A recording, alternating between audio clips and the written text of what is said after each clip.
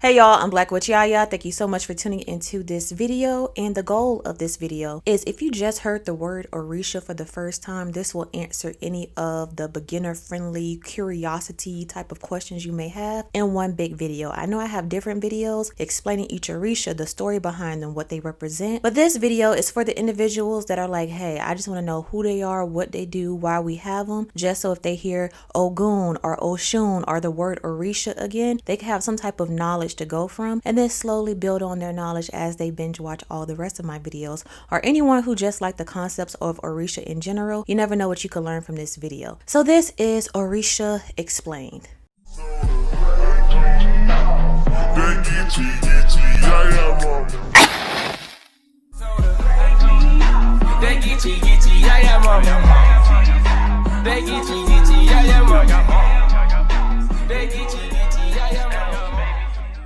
So when it comes to Orisha, and this is something that I had to learn and I'm still correcting myself with it now, the word Orisha does not have to be made plural. It already is plural. Even though it does not sound like it, I want to say Orishas, and sometimes I slip up and do just because it comes out natural. But Orisha is already plural. So if you hear me saying Orisha, Orishas, it's supposed to be Orisha. Don't mind me. It's just a slip of the tongue, okay? So where should we begin? Okay, so what's an Orisha? An Orisha is like a spiritual guide or divine being in Yoruba spirituality, which comes from the Yoruba people of West Africa, mainly Nigeria. They're seen as messengers or representatives of the supreme creator, Olodumare. Let's stop right here with the name. And along with other names of the Orisha I will mention, depending on the person, where they come from, who they with, what they practice, the pronunciations of the name will vary. Like, for example, I think in Santeria they may say Olodumare, just because, you know, Spanish. I say Olodumare because, you know, country. So it depends on your dialect, but it's this name right here. So they're seen as representatives of the supreme creator, Olodumare, and act as a bridge between humans and the spiritual world by serving as go-betweens who communicate divine messages, offer guidance, and help facilitate blessings or resolutions to life challenges. In Yoruba spirituality, it is believed that the supreme creator, Olodumare, is too vast and transcendent to interact directly with humans on a daily basis. So Orisha fill this gap by making the divine accessible and relatable to human experiences. In conversation, you will hear Olodumare and Orisha intertwined, but Olodumare is not considered an Orisha or a deity himself because he is like the head honcho. Like, the name itself means the owner of time, and we're going to learn a little bit more about him. So he's kind of like then the messengers of the Orisha are like scattered, you know? Like, the Orisha can be considered the messengers. Olodumare is like,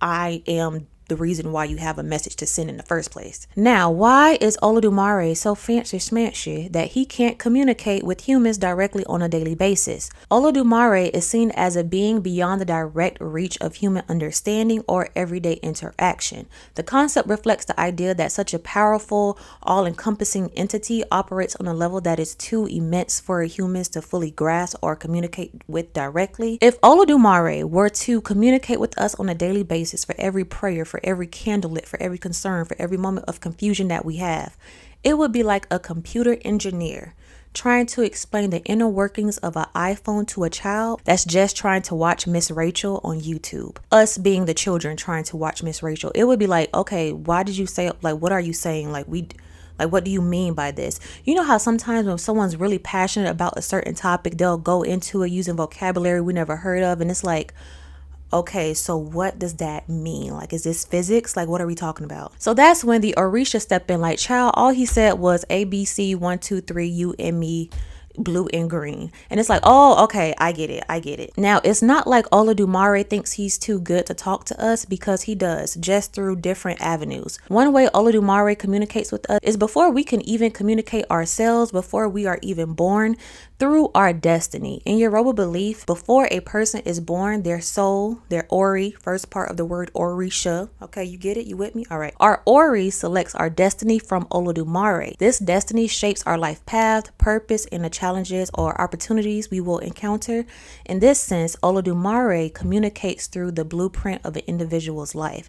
If we were to take our entire destiny and print it out on a sheet of paper, Olodumare is the mastermind of what we see. The best example that I'm always giving in these Orisha videos is the Disney movie Soul. If you haven't watched that, please do. I may do a separate video on it. I love that movie. It has such a deep message. But in the movie Soul, Joe Gardner, the main character, goes on a spiritual journey to figure out the meaning of life and what makes him special. The movie shows that everyone has a purpose, but it explains purpose in a broader way, not just as a job or talent, but as enjoying life in its little moments. The youth seminar in the movie, where souls find their spark before going to earth, is similar to the Yoruba belief that souls are given their life paths and purpose before they are even born. So that's just like a little comparison to understand it further. But back to Olodumare and how he communicates with us. Another way he communicates with us is through nature. Olodumare's presence and will are reflected in the balance and order of nature, such as cycles of the season, the rising and setting of the sun, and the other universal phenomena. People interpret these as evidence of Olodumare's divine communication and governance. Now, another way he communicates with us, and I'm sure we have all experienced this, is that gut feeling you get when something feels off or you shouldn't do something. That's Olodumare. Olodumare communicates subtly through an individual's inner consciousness or intuition. This is why the Ori, the inner head or our personal spirit, is so revered. It is considered a direct connection to the divine and guiding force for aligning with one's destiny. So connecting this concept to chakras, just to make it more connecting how everything connects. The solar plexus, which is located in the upper abdomen just above the navel, this chakra governs personal power, confidence, and the ability to make decisions. When this chakra is balanced, you trust your instincts and feel secure in your decisions. It helps you act on your intuition and follow your true path. But when it's imbalanced, we experience self-doubt, indecisiveness, anxiety, questioning ourselves, feeling out of touch with our purpose. So that's just a connection with that gut feeling. And this could be something common, like if you're driving in traffic and you're like, I don't know, I feel like I should turn left right here. I don't feel like I should go right. And then you just avoided a whole accident by not turning right. That gut feeling, he communicates with us. And another way Olodumare communicates with us is, of course, through Orisha. Orisha are seen as divine extensions of manifestation of Olodumare's power, representing specific aspects of nature and life that are easier for humans to relate to. They have distinct personalities, stories, and qualities that mirror humans in their emotions and experiences, making it easier to communicate with and a little less intimidating. And you know how sometimes you think of spirits, you look at the movies and it's like this being that's perfect and floating. You're like, oh my gosh, like I'm so scared. But Orishas almost live like a human life. So it's okay, you understand what I'm going through. It's kind of like having a mentor, and that mentor been in the same position that you were once in, so it makes them easier to talk to because they were once in your shoes. If you learn about the Orishas and their stories, you're gonna be like, wait, I went through that too. Oh my God, I was Oshun. Like, you're gonna be able to relate to them because it's not like out of touch experiences that we will never encounter. And this makes them more approachable and understanding for people seeking spiritual guidance, as their energy and focus are more specific and tangible. Okay, so each Orisha governs specific aspects of life and nature, such as love, justice, prosperity, or healing. When someone seeks help, they turn to the Orisha most aligned with their need. For example, if someone was seeking love or fertility, they might call on Oshun, while someone needing strength or protection might reach out to Ogun. Through rituals, offerings, and prayers, individuals connect with these deities to ask for assistance or guidance. In Yoruba practices and other related traditions, Orisha help guide and protect their followers, building a relationship with them. So building a relationship with the Orisha involves things like prayers, offerings, and rituals.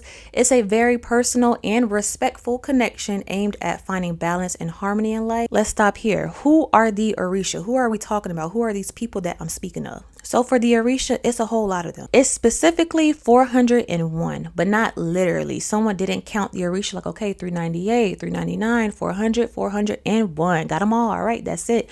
The 401 number is symbolic to an infinite number, specifically the 1. The 1 stands for an unknown number. Some people may say 101, 301, 601. It's the 1 that is kind of like a ... to be continued, an infinite sign. It just shows that it's continuous, because there are a countless number of Orisha, but only a fraction are widely known, named, or actively worshipped. Over time, new Orisha can be recognized or revealed through spiritual practices, divination, or cultural adaptations. In essence, the number of Orisha reflects the infinite ways divine energy manifests in the world. While some Orisha are universally recognized, others may be unique to specific communities or individuals, making the tradition rich and diverse. And this fluidity allows a tradition to grow and evolve, like it's ever changing. It's always going to be a new Orisha discoverer, always going to be a new student. So don't feel like you're behind because there's 401. We are still learning about them ourselves, okay? You're not behind. You're just on time, sweetie. So who made the cut? Who are the Orisha that are actively known? So the more known Orisha, and I'm going to do a quick breakdown of who they are, what they represent, and how you can recognize them. And I also have a video, a majority of the Orisha that I'm going to list as well if you want to know their full story. So let's start from the beginning. Let's start from the head honcho himself. Olorun or Olodumare, the names interchange. His domain is okay, first of all, before we continue, if you hear me use the pronouns he, she for these Orisha, that's just based on the context of their story and how I was learned about them and how I utilized them. It could be he or she. It's their pronouns are they, them. It's not locked into only Oshun can govern over women. Only Yemaya can only govern over women. Only Ogun can only govern over men. It's not like that. I'm just saying he or she just to give them a pronoun for the story. So Olorun or Olodumare. He is the supreme creator and source of all energy. Olodumare is revered as the ultimate divine authority responsible for creating the universe and life itself. Olodumare is not worshipped directly but serves as the foundation for all spiritual practices. His colors are white or a spectrum of all colors, symbolizing purity, divinity, and the source of all energy. Obatala. He's over wisdom, purity, peace, and creation. He's the creator of all human forms, fatherly figure, and all about calmness and clarity. His colors are white, symbolizing purity, wisdom, and peace. Orunmila. His domain is wisdom, knowledge, and divination. His role, he represents the Ifa tradition and helps individuals understand and align with their destiny. Orunmila's connection to Olodumare is evident in his role as a custodian of destiny and divine knowledge. With this information, if you want to know more about Olodumare and Orunmila's connection and how they work together and how he was the only Orisha to witness, it's a whole creator story behind that. So I'll link that below if you want to understand his role. His color is yellow, green, or a mix, symbolizing knowledge and growth. Ogun. He's over iron, war, strength, and craftsmanship, protector of warriors, laborers, and all who face challenges. Ogun's energy fuels perseverance and determination. His colors are green and black, representing iron and strength, as well as earthy resilience. Shango. His domain, thunder, fire, power, and justice. He's a charismatic, courageous showman. Shango is a symbol of authority, energy, and righteousness. His colors are red and white, symbolizing fire, passion, and justice. I'm sure you guys have all heard of this next Orisha, Oshun, over love, beauty, fertility, and rivers. A compassionate and charming Orisha who governs emotional and physical abundance. Oshun embodies joy, sensuality, and healing through love. Her colors are yellow and gold, symbolizing prosperity, joy, and beauty. Yemaya, who's my head Orisha, hence why my name is BlaqueWitchYaya, is short for Yemaya. So for those of you guys who didn't know, because a lot of y'all think my name is like Ayana or something, the Yaya is short for Yemaya. Yemaya is over the sea, motherhood, and nurturing. A maternal protector and healer, she is a source of comfort and sustenance. Her colors are blue and white, representing the ocean and maternal care. Eshu, he's over communication, crossroads, and opportunities, the messenger between humans and the divine. He also goes by Elagua, and he opens and closes pathways, ensuring balance and connection. His colors are red and black, symbolizing duality, balance, and transition and tricking. He's a trickster. Oya, her domain is wind, storm, change, and transformation. Oya is a fierce and dynamic Orisha governing transitions, marketplace, and the connection with ancestors. I know I keep saying transitions, but the harsh transitions we go through in life. I did a really good video explaining Oya and how she's over transition within humans and nature. Her colors are burgundy, purple, and brown, symbolizing power, transformation, and grounded energy. Osian, his domain is herbs, healing, and nature. Patron of herbalists and traditional medicine, Osian bridges the natural and spiritual worlds. His colors are green, representing nature, healing, and vitality. Ochoisi, who's over hunting, justice, and focus, the protector of clarity, focus, and precision, guiding individuals toward achieving their goals. His colors are blue and yellow, symbolizing insight and sharp focus. Olokun, over deep ocean, wealth, and mysteries. And I know you guys heard me say ocean before for Yamaya. Olokun is the deep ocean, like the non-reachable, deep under the sea, like he's down there. He represents the unknown depths of the sea, hidden knowledge, and prosperity. His colors are deep blue and black, symbolizing the mystery and depth of the ocean. BlaqueWitchYaya is healing, disease, and health, guarding against epidemics and diseases, offering protection and healing, just overall health, whatever ailments that someone may have, just overall health and balance. His colors are brown, purple, and white, symbolizing health, transformation, and the sacred. Now, some of these names may sound familiar, so you might have seen or heard of Orisha references. Artists like the Queen herself, I love her, Beyonce, like I always say, this is a Beyonce stand page. Beyonce and Solange have incorporated Orisha inspired imagery in their bodies of work. Also in books as well, authors like Tommy, who wrote Children of Blood and Bone. Children of Blood and Bone have created fantasy worlds inspired by Yoruba mythology and Orisha. Also Antoine Bandela Ella, who we have reviewed on this channel, who focuses on mythology of the Orisha, using their characteristics and portraying them interacting with humans. I'll link those videos down below too. If you really want to know the Orisha, their roles, without feeling like you're taking in too much information and learning it in an easy way, his books are amazing. You may have heard the term Orisha come up in conversations with people or in media that you watch as you're discovering more things on your spiritual journey. So let's go over a few common questions that one may have. Why do people honor the Orisha? Let me break it down to bullets. To find guidance, healing, and balance in life, to connect with nature and the universe, to honor ancestors and cultural heritage. How do you begin with the Orisha? Like, okay, now I know about them. Like, what do I start doing? How do I incorporate it with what I'm doing? First, just continue to learn about the Orisha. Start by understanding their stories, characteristics, and domains. Approach this with an open heart and humility. Many people seek guidance from experienced practitioners or elders, or if you know someone that's initiated that can guide you through, and make sure that you trust them, because watch out for the scammers and the manipulators. Practice gratitude as well. Give thanks to your ancestors and Olodumare for the path you're exploring. You could just give them thanks in general. Start by doing that. The most controversial question: can I honor the Orisha if I'm not initiated? Yes, I know that's controversial, but yes, you can. You can start by learning about them, like I said, making small offerings or creating an altar. However, deeper rituals and practices often require guidance from an initiated practitioner. Don't just go in and start asking for stuff like, okay, oh shoot, I'm trying to get pregnant, girl, come on. Don't do that. Learn about them. Take your time with it, you know. How do I choose which Orisha to work with? Many people feel naturally drawn to a specific Orisha based on their personality, life circumstances, or spiritual signs.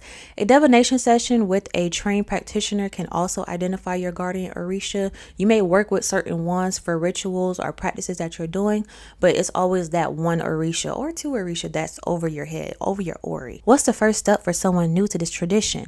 Start by researching and learning. Continuously learn. You will never learn enough about this. Pay respect to your ancestors and connect with nature. Take your time and learn. Don't just be like, okay, I want something, so let me just learn about them now so I could just put them to work. Learn about them out of genuine curiosity and not greed. And this goes to why is respect and humility so important in Orisha worship. Respect and humility show reverence for the divine forces and ensure your intentions are pure. This practice is about building relationships, not demanding favors. Like they give to you, you give to them. Okay, so how do you find a teacher or mentor in this practice? Look for reputable practitioners or communities, both online and in person. Be patient and discerning with finding these mentors for you. And I know I'm always giving a lot of slack about watch out for the scammers. People will manipulate you. There are some genuine people who want to teach you, who want to guide you through this without taking full control of you. So don't let me scare you, but let me add some caution to your journey. Okay, just don't fall for anything. Listen to yourself first. If something don't feel right with the person, you leave. Do your research. Let your spirit guide you so you aren't vulnerable to anybody who looks reputable and they may take advantage of your naivete when it comes to the Orisha topic or spirituality in general. What kinds of offerings are appropriate for each Orisha? Offerings match the Orisha's preferences. For example, Oshun, honey, oranges, or cinnamon. Ogun, rum, meat, iron tools. Yamaya, watermelon, molasses, or seashells. If you go into the ocean, some pennies. So learning about each Orisha will tell you what type of offerings that they tend to like. Can Orisha tradition coexist with other spiritual practices or religions? Yes and no. Many practitioners incorporate Orisha worship with other beliefs, especially Christianity or Islam. As seen as the African diaspora, it is not as public because a lot of people do it. Let me just say this. A lot of people worship the Orisha, have an altar for an Orisha, but will claim that they're Christian to the world. But from my eyes, I have seen people mix and mingle and intertwine these beliefs, and I don't see anything wrong with it. Do what fits for you. Craft your spirituality the way you want to craft it, as long as you're being respectful during the process and not just focus on greed and self-gain. Go ahead. So I know this is a lot of information at once, but I hope this video helps you better understand Orisha. And let me know down below if you have any other Orisha questions or videos that I should do. I also want to share this as well. It is okay to learn about the Orisha. It is okay to be curious about the Orisha. It is okay wanting to give an offering to the Orisha. It's fine. It's not only for the initiated. I know that is taught and that is put upon people so they can control who's learning about it. But in the world we live in, information is vastly and easily accessible, so you can use that to your advantage to add on to your spiritual knowledge, as long as you're not using it to manipulate, trick, demonize, or whatever. As long as you have pure intentions, feel free to learn about them. Feel free to ask me any questions down below that you may have. I am not initiated. I'm just a person that loves to learn and loves to share. But thank you guys so much for tuning into this video. And like I always say, as above, so below, as within, so without, as the universe, so the soul. Until next time, you guys, Ashe, baby.